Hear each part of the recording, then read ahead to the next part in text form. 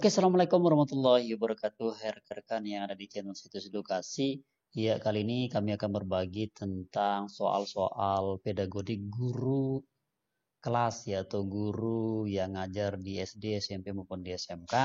Dan ini untuk seleksi kompetensi bidang CPNS tahun 2020. Oke, di sini sebelum kita menuju ke soalnya, kita berbagi informasi terkait pelaksanaan daripada SKB, yaitu akan digelar pada akhir April atau bulan Mei, rekan-rekan ya.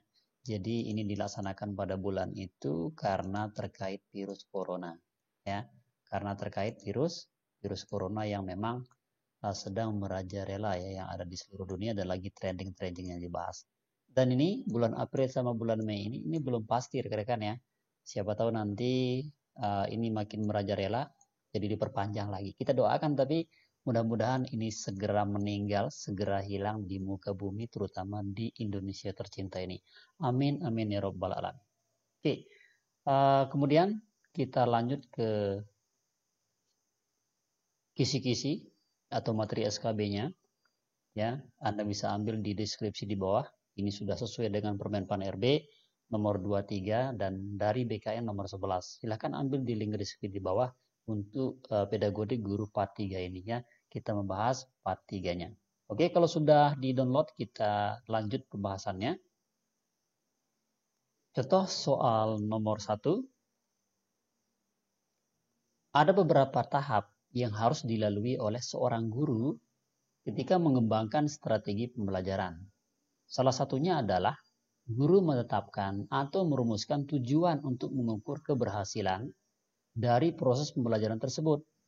Apa yang dilakukan oleh guru tersebut ada pada tahap pengembangan A.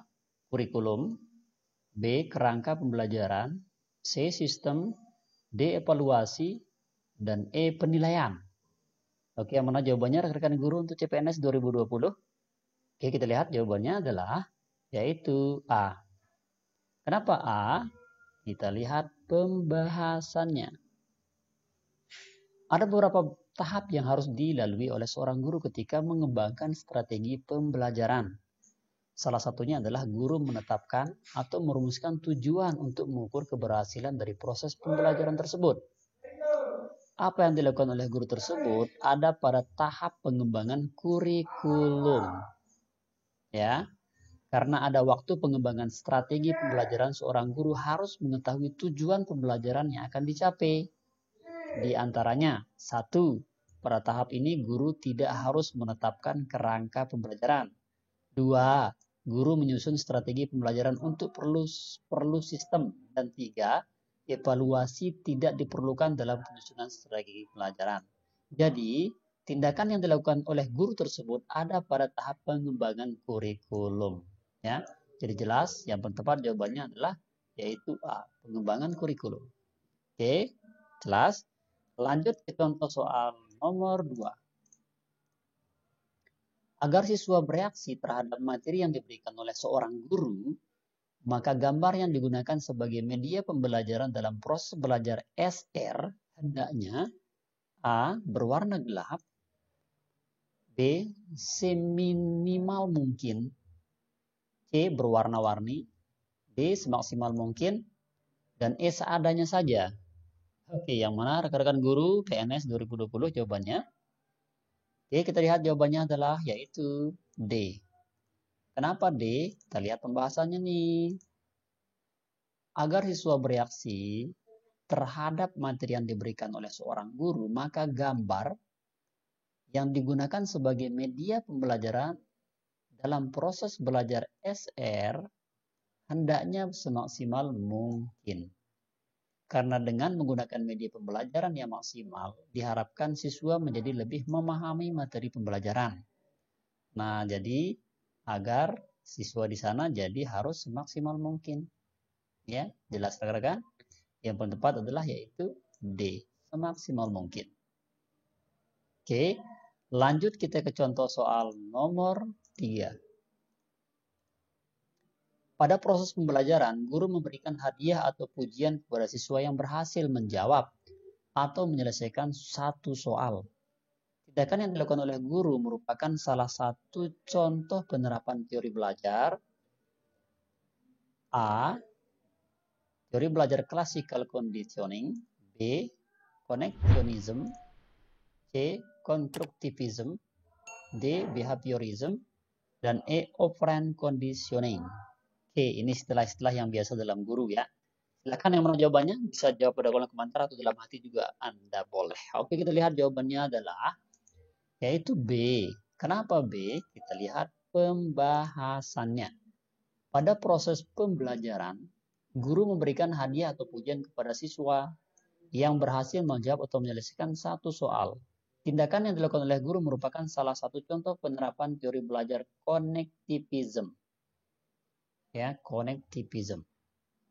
Karena dengan adanya pemberian hadiah, ada pujian, motivasi siswa untuk belajar akan lebih kuat. Dalam teori belajar yang lain dapat dijelaskan bahwa, ya seperti yang tadi, nah jadi yang paling tepat adalah yaitu connection, huruf B. Jelas rekan-rekan? Jawabannya adalah B. Teori belajar connectionism.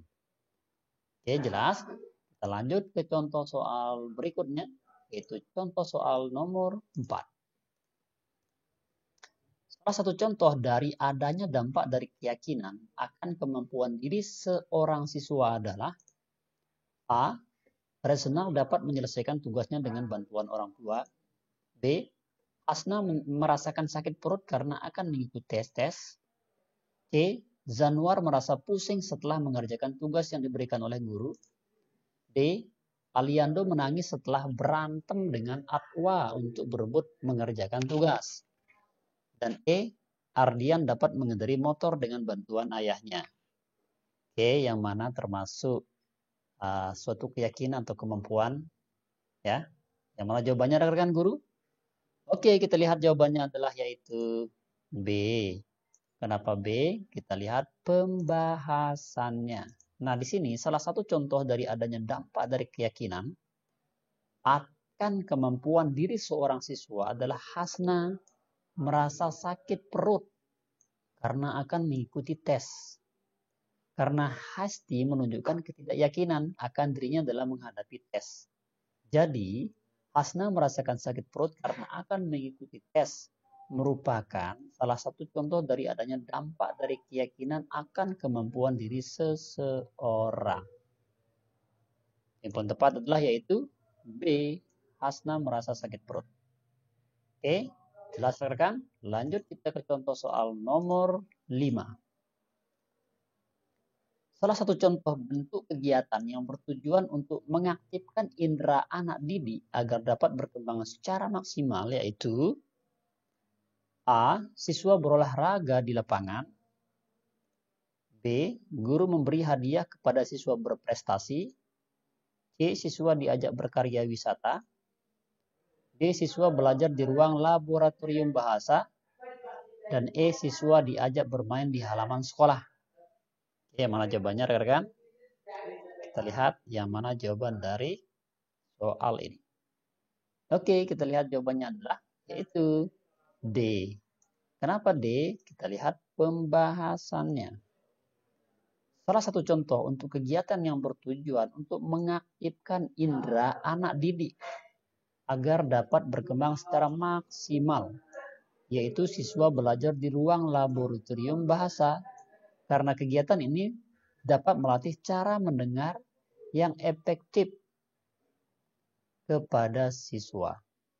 Jadi, salah satu contoh bentuk kegiatan yang bertujuan mengaktifkan indera anak didik agar dapat berkembang secara maksimal yaitu dengan belajar di ruang laboratorium.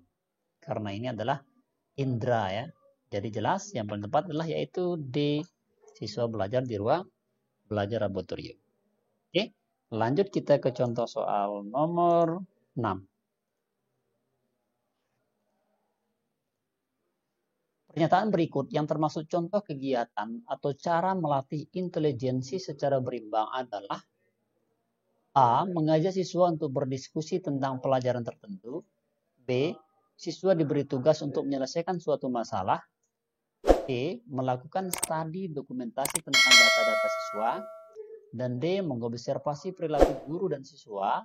E. Mengamati ruang kelas sampai hafal. Yuk, yang mana jawabannya rekan-rekan guru? Oke, jawabannya adalah yaitu C. Melakukan studi dokumentasi tentang data siswa. Kenapa? Kita lihat pembahasannya nih.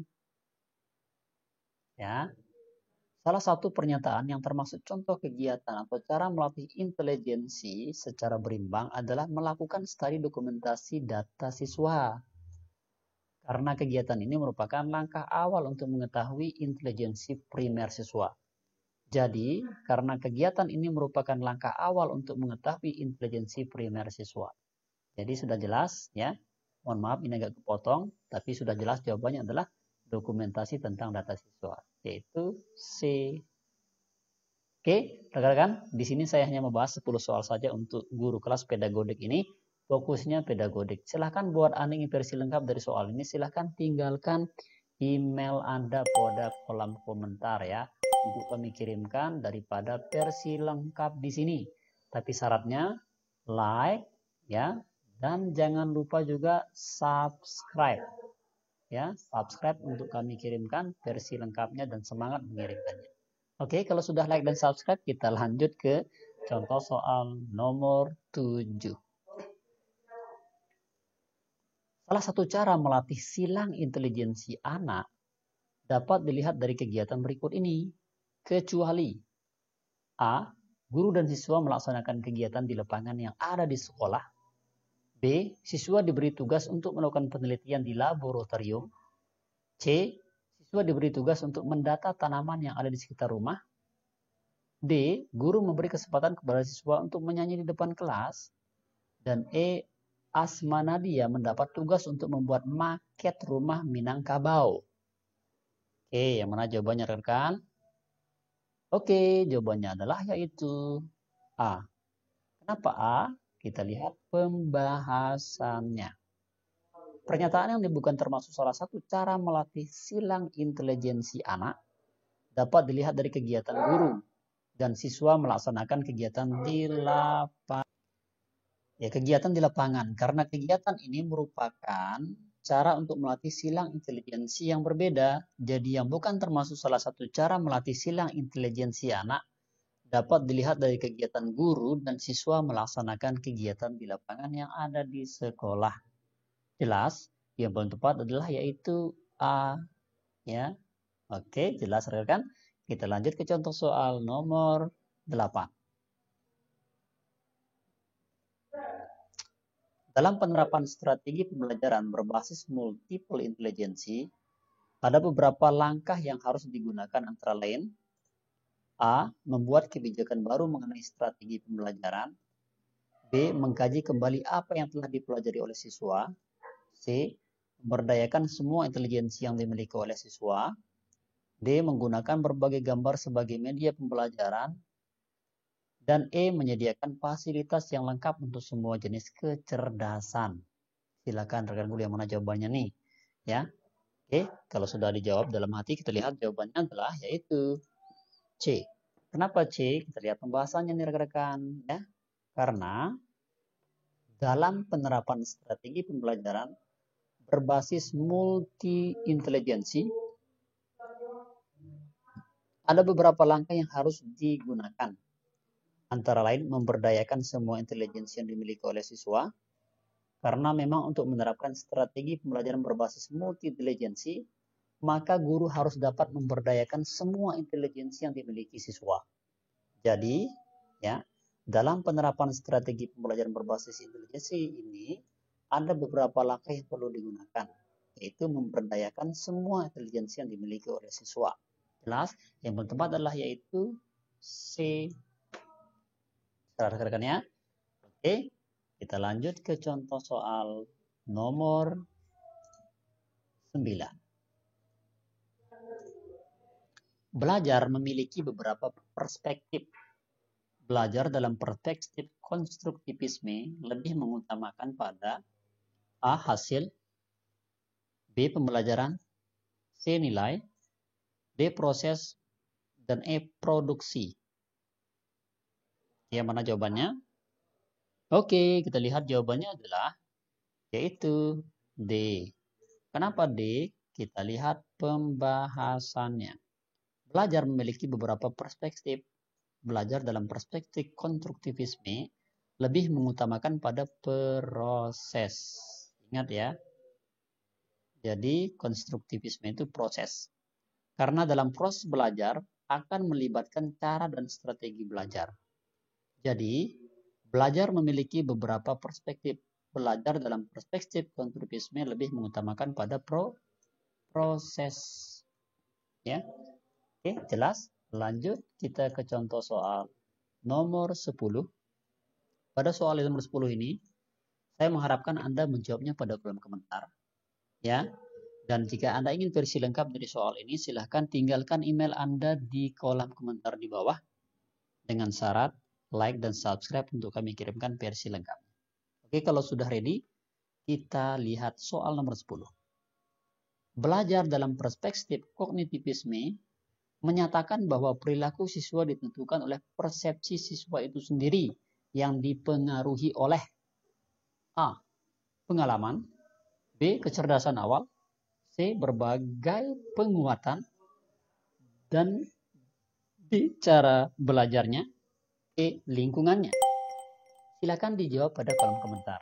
Ya, buat Anda yang ingin versi lengkap dari soal ini, dijawab pada kolom komentar. Ya, jangan lupa share video ini ke banyak orang, ya, agar kita bisa berbagi dan menjadi amal jariah kita untuk orang-orang yang membutuhkan. Ya, demikian tutorialnya. Semoga bermanfaat dan semoga ini menjadi amal ibadah kita. Semoga berkah. Terima kasih. Thanks for watching. Sukses bareng bersama channel Situs Sedekah. Sekian. Assalamualaikum warahmatullahi wabarakatuh.